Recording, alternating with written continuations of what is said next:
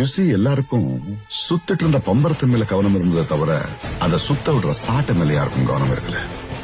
சூரியவர்தன் KGF எப்ப கருடன் கிட்ட கொடுத்தானோ அப்பதான் அந்த மாய கையோட சதி ஆரம்பிச்சது. அதீரா கருடனை அட்டாக் பண்ணான்னு நினைச்சிட்டு இருந்தாங்க. ஆனா அதுக்கு பின்னாடி இருந்தது இந்த கைதான்.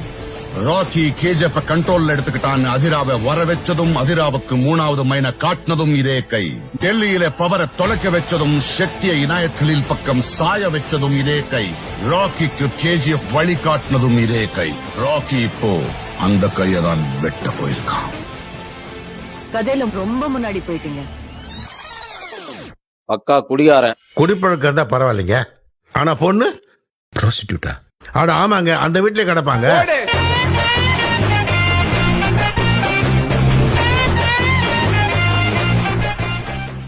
நல்லா பேசுறீங்க, நல்ல மனுஷனா தான் தெரியுறீங்க. ஒரு கூத்தியா வச்சிருக்காரோ தாசி விட்டு போறாரோ அதை பத்தி எனக்கு தெரியாது. அவர் நல்ல